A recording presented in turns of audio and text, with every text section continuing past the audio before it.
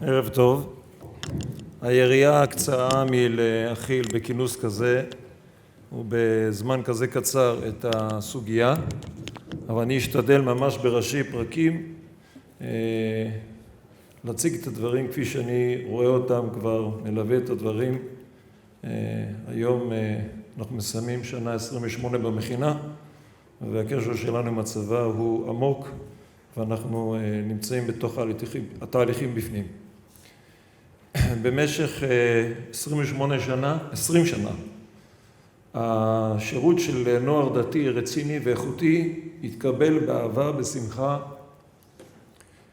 כשמערכת הערכים שאנחנו מביאים מבית המדרש ומערכת הערכים שהצבא האמין בהם, המדינה, עלו בקנה אחד, כמה שניתן, אבל בהחלט הייתה הערכה גדולה לתכנים ולערכים שהביאו התלמידים מבית המדרש.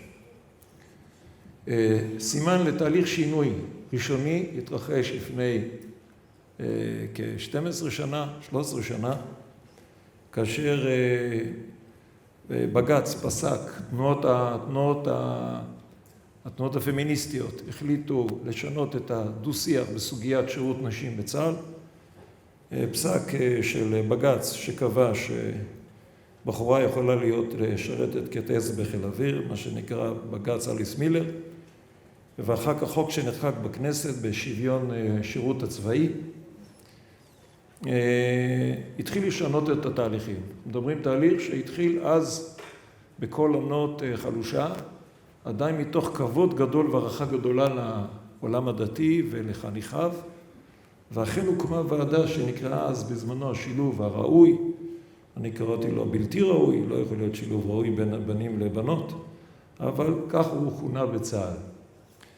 היינו חברים בוועדה, אני הייתי חבר בוועדה, ומתוך דו-שיח הגון וישר ניסו למצוא את האיזונים מתוך כבוד גדול ואמון גדול בחיילים הדתיים ובעיקר בקצינים הדתיים, שיוכלו להמשיך לשרת נאמנה, תוך כדי שילוב כזה או אחר של נשים בצבא.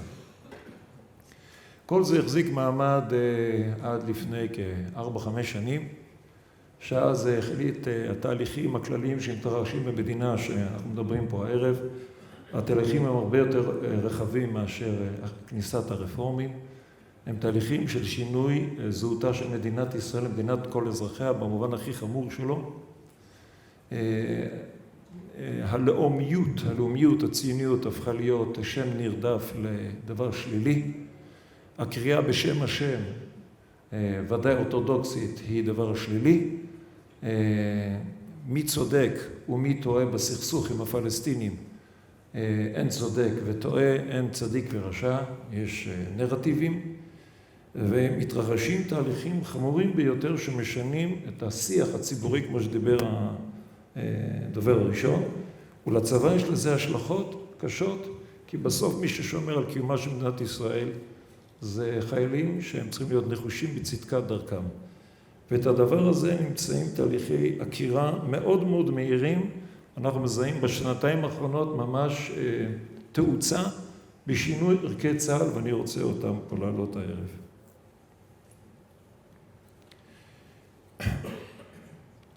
המטרה שהוצבה בצבא היום על ידי קצין חינוך ראשי, אני מזהה 3 מטרות.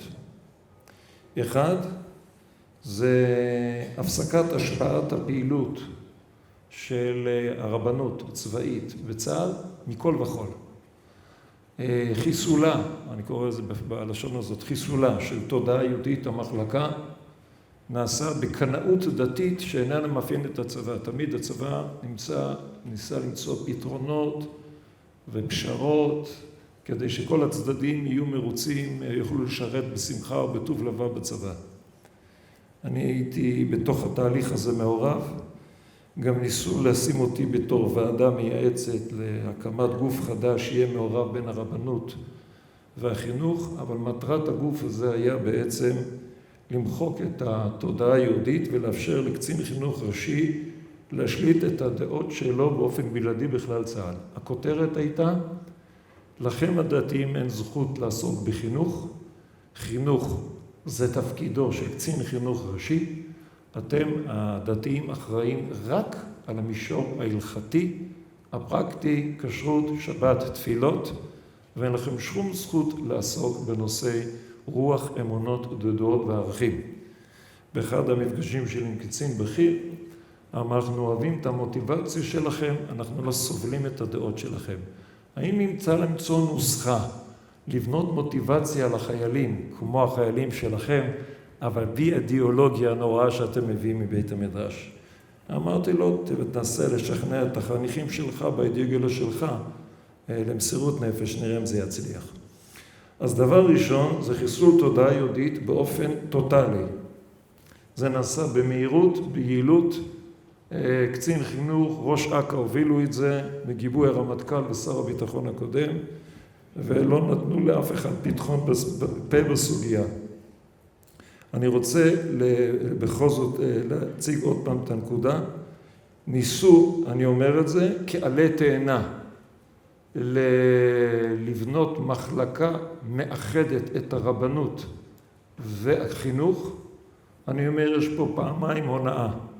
אחת, הכוונה לסרס את הערכים שהרבנים יאמרו בסדרות.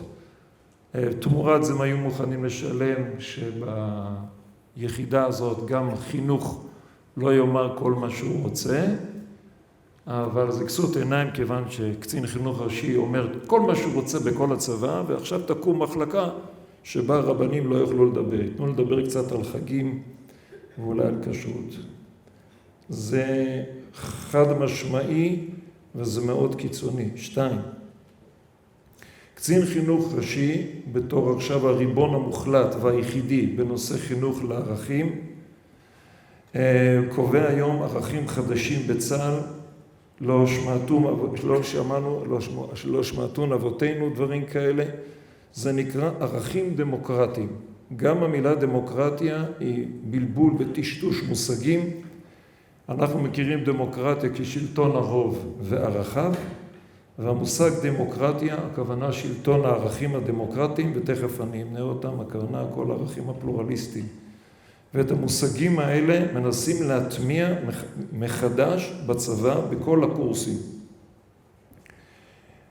3, נקודה שאני אומר אותה בזהירות, אבל יש ניסיון לזהות ולסמן חיילים, ובעיקר קצינים דתיים, בעלי השקפת עולם ציונית דתית של בית מדרשנו, חד משמעי. אני אומר את הדברים האלה ויש לי זה הוכחות, ואני אתן סיפור אחד כדי לסבר את דעתכם שלא תחשבו שאני הוזה. אפילו ברמת החייל, עלתה לפני כמה זמן עלתה הצעה שכבר בבקו"ם יהיה תשאול של חיילים דתיים בתמימות, מי שומר נגיעה.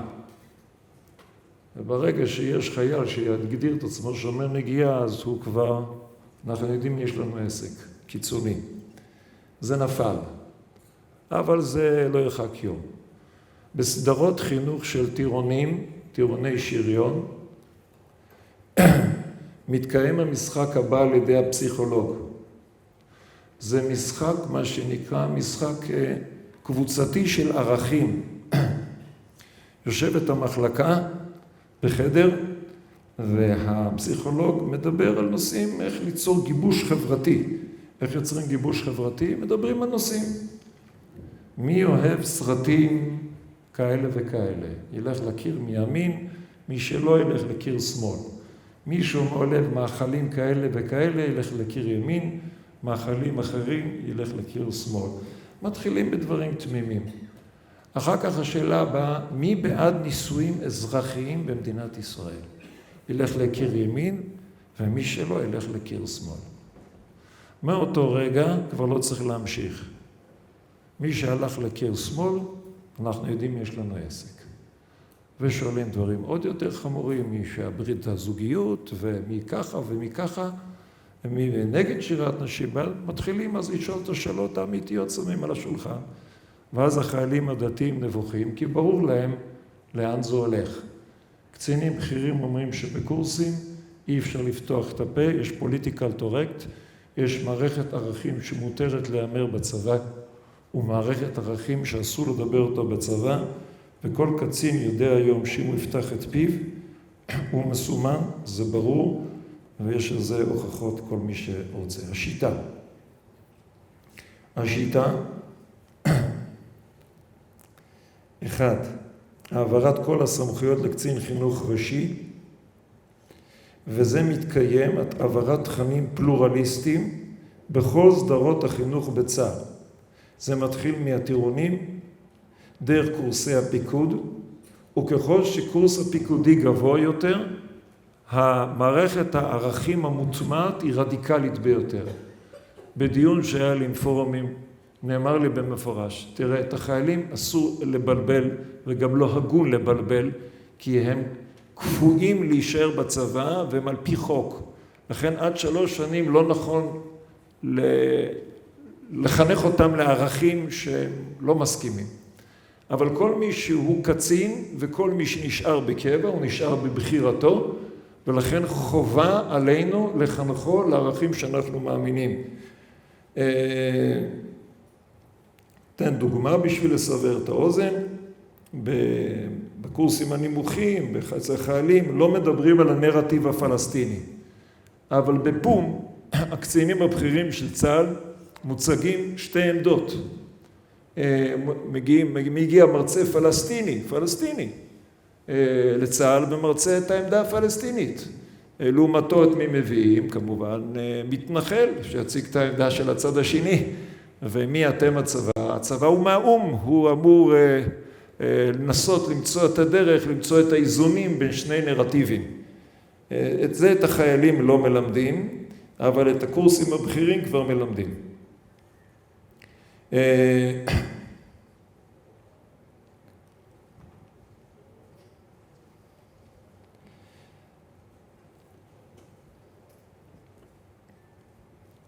הנושאים, על הרבנות דיברתי, ניטרו על הרבנות,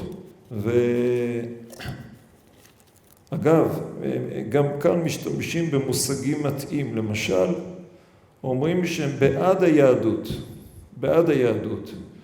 באיזה מובן? אפילו יהדות אורתודוקסית, הם מודים שהניהול של הצבא יעשה רק על ידי פסקי הלכה של רבנים אורתודוקסיים. לפחות בשלב הזה הדברים נאמרים במפורש, על פי הנחיותיו של הרב צאר, אבל תכנים, מחשבה, אמונה והשקפה, זה גם יש מקום לזרמים שונים ביהדות. ועל זה אני עכשיו רוצה לדבר מהם המערכת התכנים שקצין חינוך היום מלמד בצה"ל.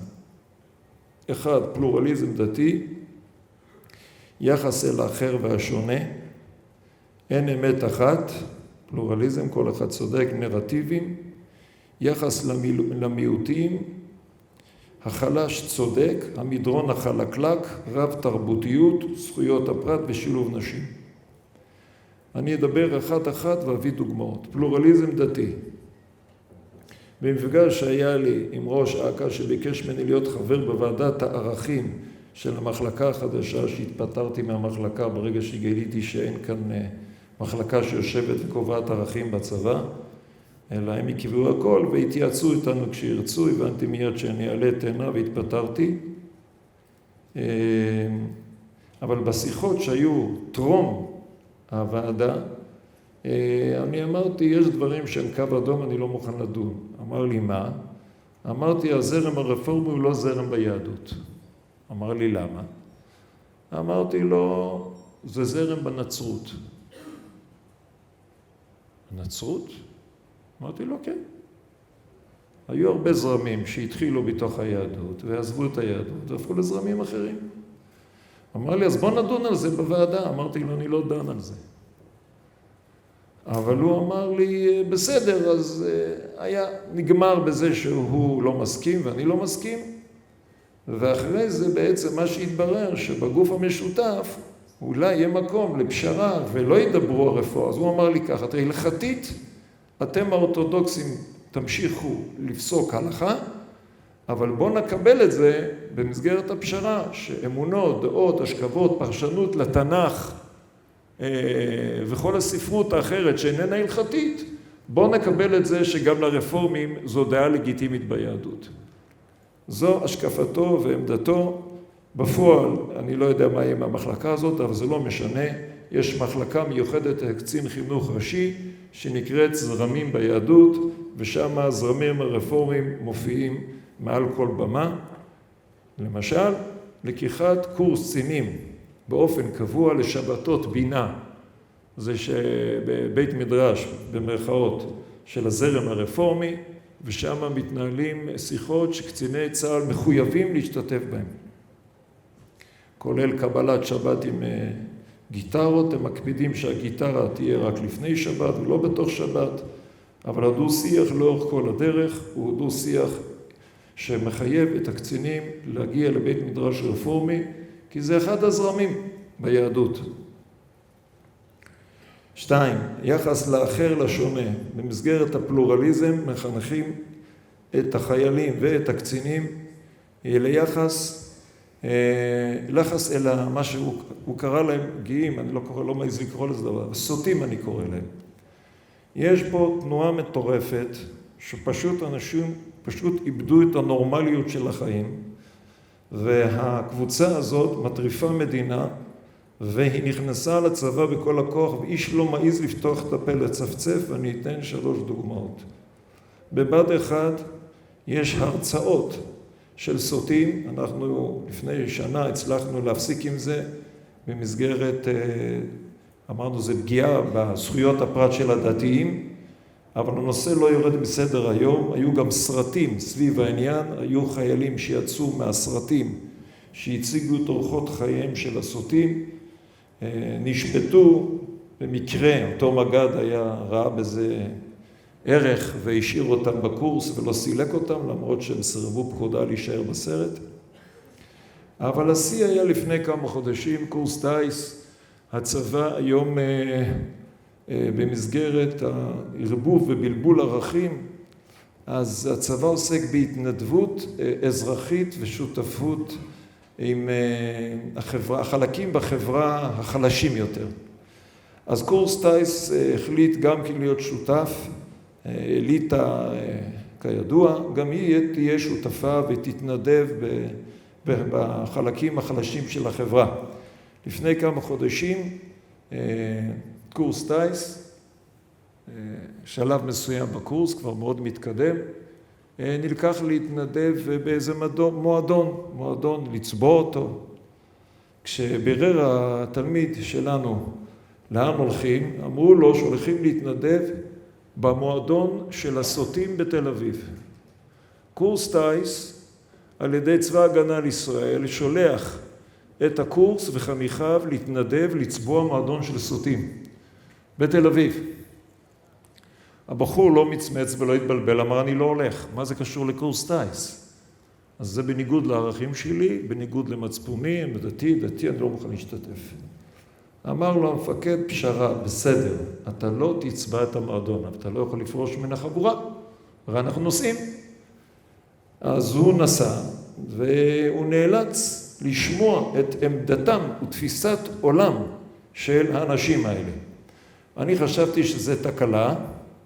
לפני חודשיים, הגיע אלינו קצין חינוך ראשי, ופעם ראשונה נאמרו הדברים בגלוי. כל מה שאני אומר כאן, הוא חושב כך, הוא מאמין כך, והוא מחנך לכל מה שאני אומר פה.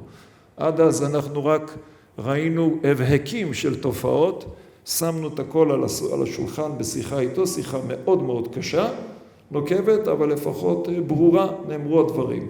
סוגיית הפלורליזם הדתי, הוא רואה ערך בחינוך לפלורליזם דתי, הוא רואה ערך בחינוך לקבלת האחר.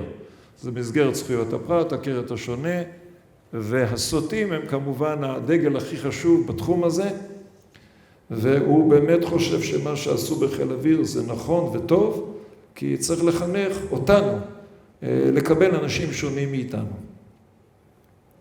3.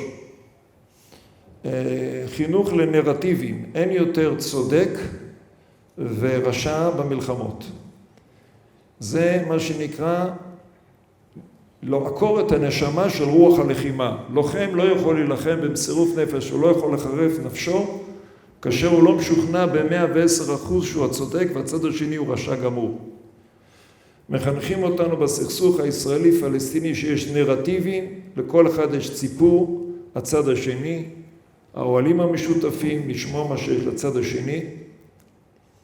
אגב, זה מתחיל עוד לפני הצבא, אנחנו פוגשים את המכינות החילוניות,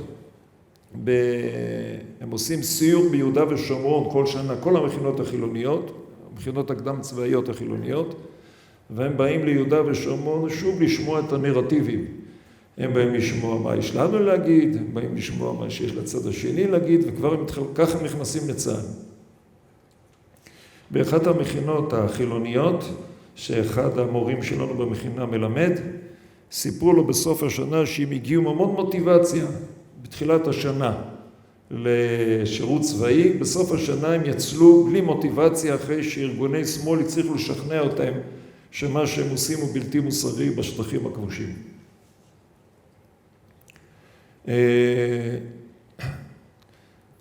מושג חדש שנכנס עכשיו, יצא חדש מהתנור, נקרא מדרון החלקלק. במסגרת עובדה שאין אמת ואין צודק, אז מה זה מוסרי? היחס לחלש, כי החלש הוא הצודק. מתרחשת תופעה של דלגיטימציה של שירות של לחימה. זה נקרא מושג אי פגיעה בחפים מפשע, ככה הם קוראים לזה. זה התחיל בצוק איתן, ועופרת יצוקה, אחר כך יותר חמור בצוק איתן.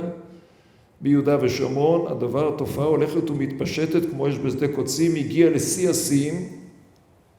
לפני חצי שנה ניגש אליי קצין שהשתתף במסע לפולין שנקרא עדים במדים. לפני 20 שנה יותר מזה, המציאו את המושג הזה עדים. קציני צה"ל נוסעים להבין למה אנחנו נלחמים פה בארץ ישראל, כדי שלא תהיה שואה. היום הנסיעה לפולין יש לה שתי תכליות, ועל זה מעיד קצין חינוך ראשי שהוא מחבר האג'נדה, שנקראת המדרון החלקלק. מה אומרת האג'נדה הזאת? נוסעים לפולין, מקבלים שם הכנה, יש ספר שנקרא אנשים רגילים. זה ספר שמתאר איך גייסו אזרחים רגילים נורמטיביים בגרמניה למשטרת הסדר, ואחר כך הוא עברה לפיקוד ה-SS ורצחה יהודים. העולה מן הספר, שגם לאדם נורמלי הוא יכול להפוך להיות חיית טרף ולרצוח בלי הבחנה נשים, ילדים וטף. וכדי שלא יקרה לנו לצה"ל התופעה הזאת, אנחנו עוברים עכשיו באושוויץ סדרת חינוך שבשטחים הכבושים לא נהפוך להיות נאצים. היה לנו זה ויכוח נוקב איתו, והוא לא חזר בו כהוא זה, להפך, הוא הרחיב את זה.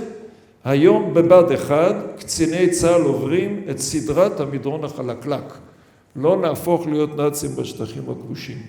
במסגרת ההגנה על החפים מפשע בצד השני, בלתי מעורבים, ויכוחים, הכנסת פרקליטים צבאיים לכל אוגדה וחטיבה, כדי לקבוע את נורמות הלחימה. אני אמרתי לתלמידים שכדאי היום לחלק כוחות, בחורים מוכשרים, אולי כדאי שיתגרסו לפרקליטות הצבאית, ממילא הם קובעים לאן לראות ועל מי ומתי. הקצינים הם רק לוחצים בסוף על ההדק. הדבר הזה גורם לסיכון החיילים שלנו, ערך החיים של הצד השני, של מה שקרוי חפים מפשע, הולך ועולה יותר, עד כדי סכנה לחיילים שלנו, ואני לא אומר דברים מליבי. נקודה החמישית, רב תרבותיות. רב תרבותיות, אין פה עם יהודי, אין כאן זהות יהודית, יש פה חברה רב תרבותית כמו באמריקה. הקצין יכיר את הרב תרבותיות בחברה הישראלית. מה זה אומר רב תרבותיות? הזכרתי מקודם שבתות בינה, אבל יותר על כן. יש תרבות חילונית, מכובדת, צריך להכיר אותה, נלקחים קצינים, קורסים, בד אחד, להצגות תיאטרון בהבימה, בקאמרי, בהם יש ערכים הכי חמורים שאפשר בכלל לא על דעתנו בנושא חינוך ללחימה, לצדקת הדרך, ערכים של תבוסתנות, הריסת מיתוסים, ומה שנקרא ככותרת, כקצפת על כל ההרס הזה, גם יש מה שנקרא פריצות. פעמיים כבר העידו בפנינו שהצגות, אחד מהם זה גורודיש, שחקנית מופיעה באופן לא צנוע בלשון המעטה על הבמה, יש סצנות חמורות ביותר שיש שם. כשהעלינו את זה בפעם ראשונה מול מג"ד בבה"ד 1 שאצלו התרחשה את התקלה הזאת, שתלמידים יצאו מההצגה והייתה מהומה, הוא אמר שהוא התנצל, אבל הוא בירר את זה עם קצינת חינוך בבה"ד 1 לפני שהוא יצא לדרך, והאירה את עיניו שיש שם סצנה לא צנועה. אז הוא ביקש שהסצנה הזאת, דבר עם הקאמרי שלא יעלו אותה, כי זה יפגע בחיילים הדתיים. בפועל הגיע והסצנה לא הורדה. כשהוא שאל אחר כך, רימיתם אותי והפכתם אותי, לשברתם את האמון של החיילים בי, שלא יכולו אחריי, כי מילה שלי זה לא מילה. אז נאמר לו על ידי קצינת חינוך בחירה, צריך לומר את השם במפורש, אני חושב, לא צריך להתבייש, סגנית קצין חינוך ראשי, קוראים לה יעל הס, רפורמית מוצהרת, והיא היום האוטוריטה מספר 1 בחינוך לאמונות ודעות בצה"ל, צריך להכיר את זה, והיא אמרה שצריך לחנך את הקצינים הדתיים לערכים של האחר. זה הערכים שרוצים לחנך לפריצות, זה חלק מהתהליך החינוכי שאנחנו צריכים לעבור.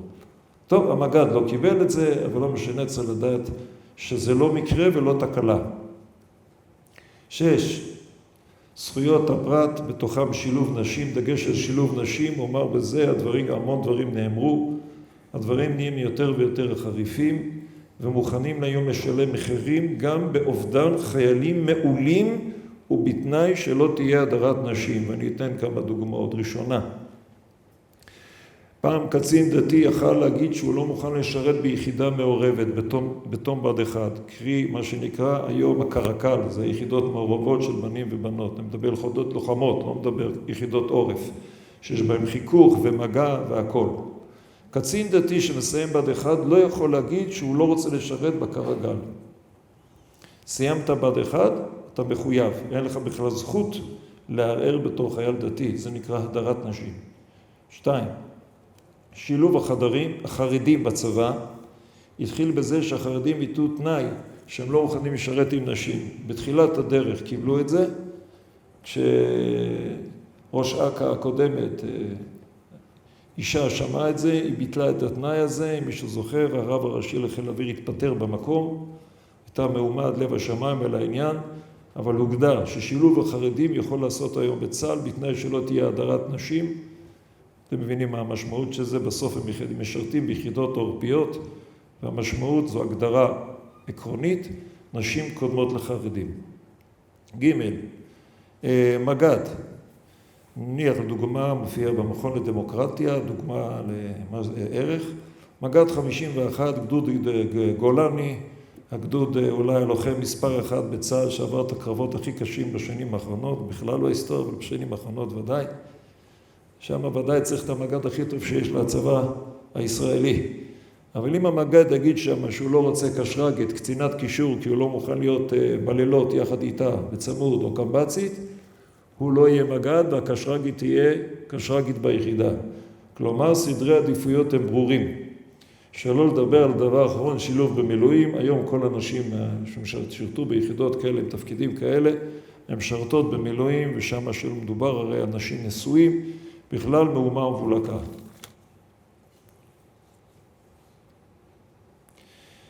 מה השתנה מפעם ומשמעויות? פה אני רוצה לחשוף אתכם למקום שאני באתי. אני לא צמחתי בעולם הדתי, אני באתי מהעולם חילוני. אני התגייסתי אחרי מלחמת יום כיפור, ובמפגש עם הרמטכ"ל שאלו את השאלה, תגיד לי, מה השתנה? מה קרה פה? למה אף אחד לא מסתדר עם אף אחד? מה השתנה? אמרתי לו את המשפט הבא, מה שאני ואתה גדלנו עליו בעולם החילוני, זה מה שהיום תודעה יהודית מחנכת. ומה שקצין חינוך ראשי מחנך, לא אתה ולא אני לא גדלנו על הערכים האלה בתור לוחמים או בתור חילונים. כלומר, אני התגייסתי לצבא אחרי מלחמת יום כיפור, לא ידעתי יהדות מהי, לא הכרתי מסורת, שום דבר, מבית חילוני, אשכנזי, אמיתי, גלת. 4 דברים כן ידעתי. 1, ידעתי צדקת הדרך, אנחנו הטובים והם הרעים. אני גדלתי, אני לא יודע אם מישהו מכיר את המושג הזה, הזית הכלבה הצנחנית. שם יש הביטור הכי גרוטסקי, כמה אנחנו הטובים והם הרעים. על זה אני גדלתי, לא היה לנו ספק על צדקת דרכנו. 2, הייתה דת אחת במדינת ישראל, אורתודוקסית, אני באופן אישי, או חילונים חבריי, לא היינו דתיים, אבל מה יהדות ידענו, הייתה רק אחת. אגב, עד היום יש נוער דתי בריא, נלמד במכינות החילוניות, ודבר הזה מאוד מעניין, העם שבשדות הוא בריא, בריא ממש. במסגרת ריבוי הזרמים ביהדות, באחד המכינות שאני מלמד, רצו להביא במקביל אליי רב רפורמי ללמד. הגיע פעם אחת לתת שם שיעור, ונאלץ להפסיק את השיעור באמצע, כי התלמידים לא נתנו לו להמשיך לדבר, התלמידים החילונים. למה? הם אמרו לו, תשמע, מה אתה רוצה מהיהדות? מה עשו לך רע? אתה רוצה לעשות מה בראש שלך? תראה, גם אנחנו עושים מה בראש שלנו. אבל תעזוב את היהדות בצד. אנחנו יודעים מה זה יהדות. תשאיר את היהדות. אתה רוצה לעשות מה בראש? אתה רוצה לבלות איתנו ערב שבס? בוא, קח אותך למסיבה, אין בעיה. אבל למה אתה צריך לשנות את היהדות בשביל זה? הייתה כזאת מריבה, שהיהודי פשוט נאלץ לקום ולעזוב. ציצל לראש המכינה, שהוא באמת פלורליסט אמיתי, הוא אמר, נכשלתי בחינוכי, היהודים נשארו פנאטים קיצוניים, אפילו החילונים. ג' ברוך השם, עם ישראל חי. ערך הניצחון וההקרבה היה ערך עליון בזמני. עמידה במשימה בכל מחיר היה ערך עליון. היום השתנו המושגים, ערך הניצחון הוא כבר לא ערך עליון, ערך ההקרבה הוא ערך מסוכן. כשהקריאה בשם השם היא בבחינת הסכנת הסכנות. ראו מה שהוללו לעופר וינטר כשקרא קריאה, בדף קרא שמע ישראל, ואני גם שמעתי ביטויים חמורים ביותר שאסור לחנך על מה שרועי קליין, זכר צדיק לברכה, עשה. צריך להיזהר מאוד מלהעלות אותו כמושא להערצה, כי ודאי הם לא ערכים שלנו. גם על עופר וינטר נאמר שהערכים שבו נלחם הם לא ערכים שצה"ל מחנך עליהם. ד' בזמני סוטים, זה הייתה סליטה, גועל נפש, היינו חילונים אבל היינו נורמליים.